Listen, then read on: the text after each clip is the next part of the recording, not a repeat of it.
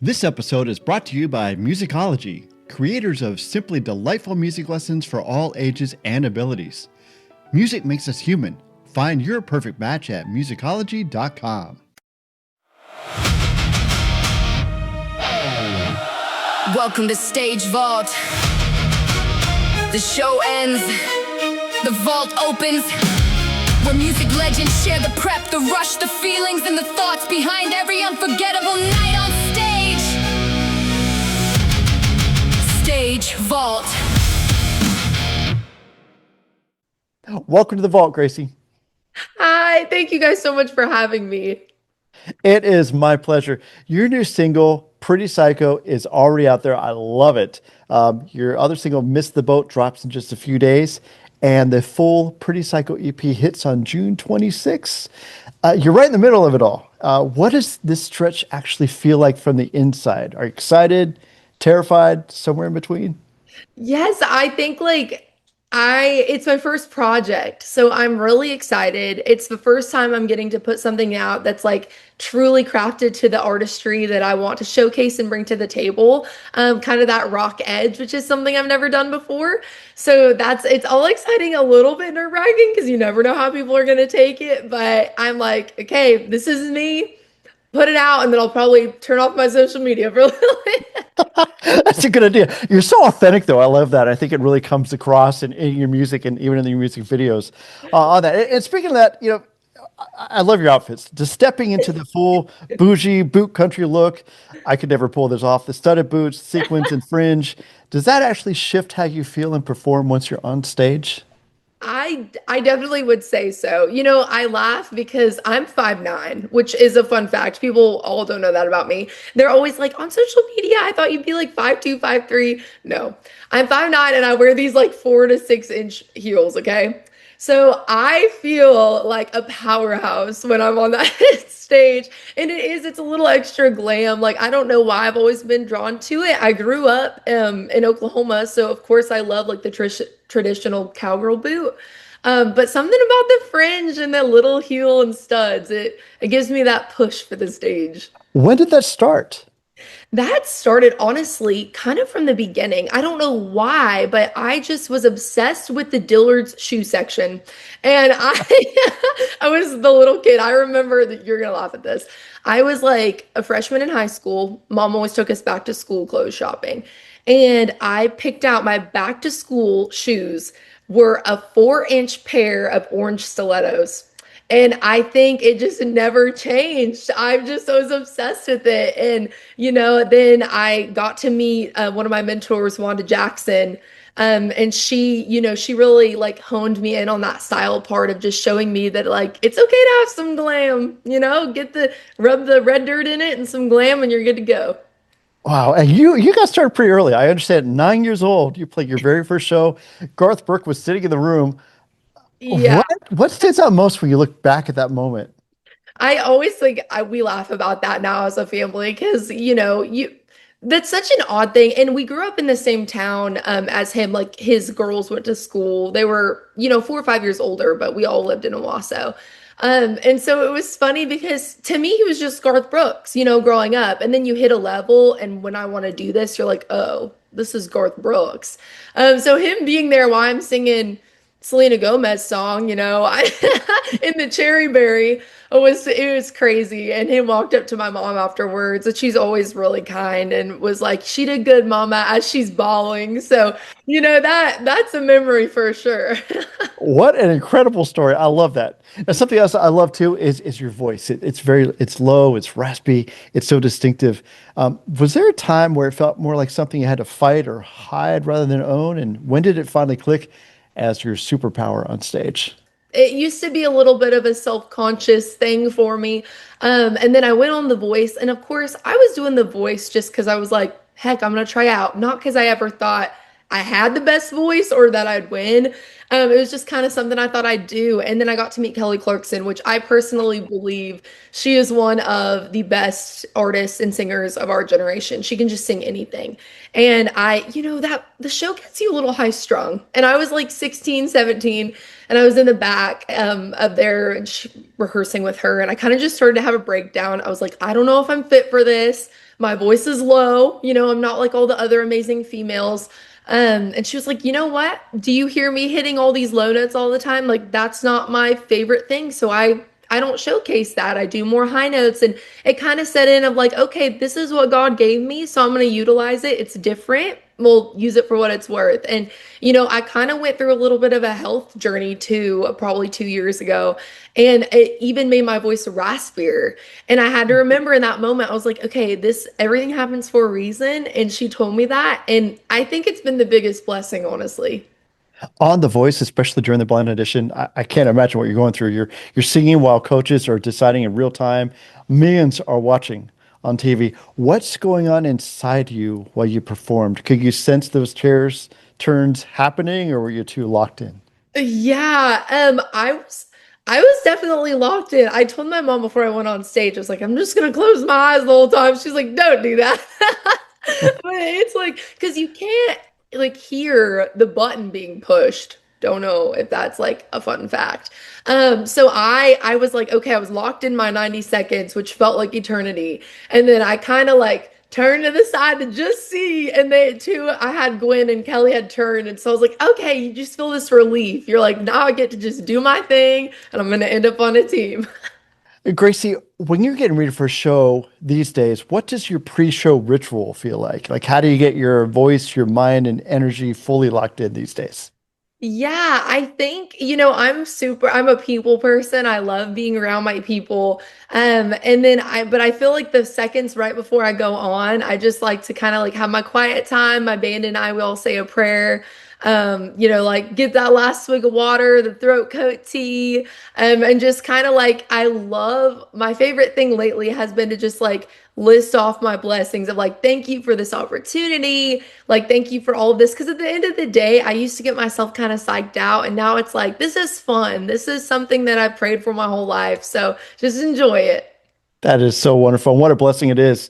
Um, when you're in a great live show and that energy is flowing, what are you actually tracking from the stage that the audience never sees? Like, when do you feel the room truly shift and connect?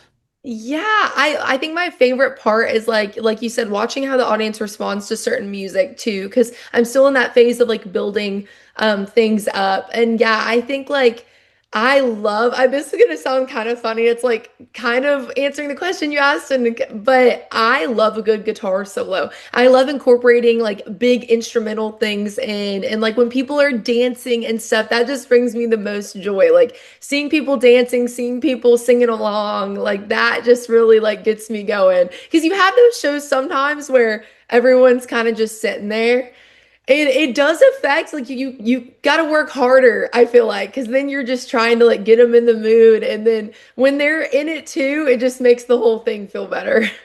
Is there a special memory that goes out there of when either the audience was really into it, it surprised you, or they weren't, but you had to do something and you were amazed by how quickly they turned around?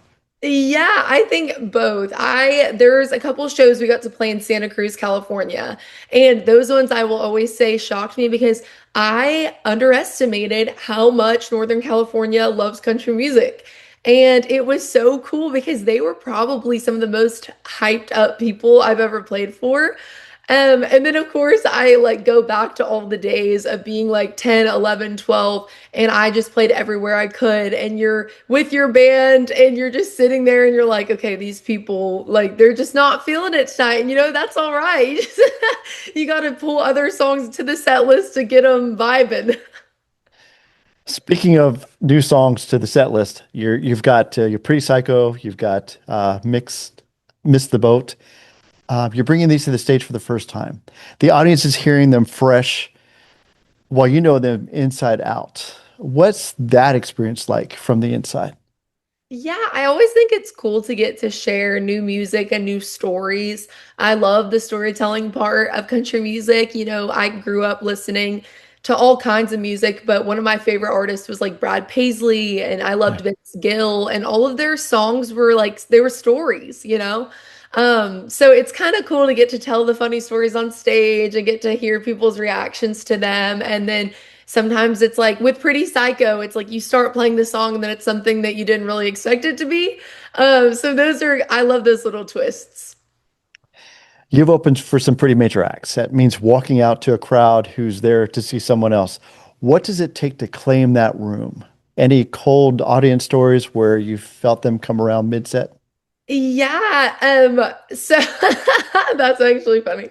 Yeah, it's definitely different when because they're there to hear not you, which is great. But then they leave, and some of them probably are like, we still didn't come to see her. And some of them are like, that's awesome. We got to see her. Now we're a big fan. And you just pick up all the ones you can along the way.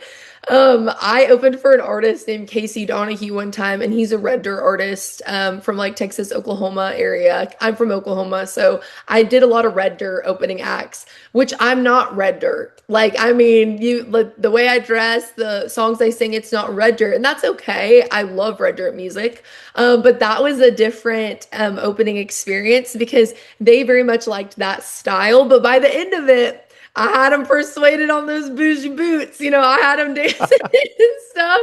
But yeah, so it was fun, like, like getting to see that side of the whole genre as well. But yeah. You write from faith, family, and real life stories. I really respect that. When you perform those personal songs on stage, how much of you is actually present? Has a performance ever unlocked an emotion that you didn't expect? Yeah, I think like it's funny that like you say that because I grew up singing in church. So that was a huge adjustment. Because when you're singing in church, I personally feel that like every platform I'm on isn't my platform regardless. But when you're singing at church, it's extra not your platform, And so that kind of had to switch in my mind of like, okay, like these are, I'm performing now and like this is because it's different. So I think like singing certain songs and focusing more on like the lyrics of it and not how people are reacting sometimes even makes them love you more. It's like when you're authentically yourself and not putting on a show, they're almost drawn to you more, if that makes any sense at all. Okay, so it's like if when I'm singing songs, like maybe like I have a song that's called Hurts When You're Healing or whatever. And like you go on stage and you're trying to perform and put on this big, show or whatever. But it's those raw moments of when you're actually like thinking of your lyrics, performing the lyrics, but you're like doing them from the heart that maybe aren't the biggest production, but it kind of draws people in and gets them to like know more about you type thing. And they respect you more almost because they see your authenticity versus just the lights and smoke and glitz. Looking back, what has the stage asked of you that nothing else in life has? In other words, what does performing give you that you can't get anywhere else? I think getting to connect with people through music, my sole belief has always been that music brings everyone together. No matter what genre you like, no matter what, it brings everybody together. Everyone can relate to it. So I think that's something special when you step on the stages, regardless of what city you're from or how you grew up. It's like you relate to these lyrics for some reason. We all do. And so that's really special. Before I let you go, if you could preserve one moment from your life on stage, one memory sealed in the vault forever, what would it be? It would probably be last year. I think my biggest, and it doesn't seem crazy to some people, but I got to play my first ever CMA Fest, like asked as an artist. And Wow. that was just so special. That was like I was up there and I'd gone to that festival, watched that festival, on my floor for years and dreamed about that. So that was a crazy pinch me moment of them announcing like Gracee Shriver and I walk out and I'm like, what is happening? That's incredible. I have a feeling there's still more of those memories yet to come for you. Hopefully, yes. Lord willing, we hope.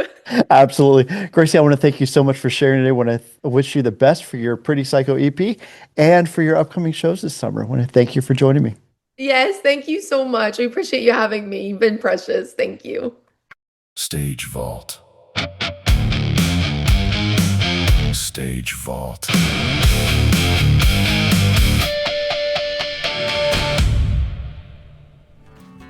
Gracee Shriver, faith, grit, and that voice. She walked onto her first CMS Fest stage last year and thought, what is happening? And honestly, we're all asking the same thing because she's just getting started. If you love conversations that feel like hanging out backstage with legends, please hit subscribe wherever you listen. Leave us a review on Apple Podcasts or like and comment for us on YouTube. It really helps the show grow. Next week, we're opening the vault with another music legend who still lives for that electric moment right before the lights go down. I'm Chuck. Thanks for hanging with me in the vault today. See you next time. God bless.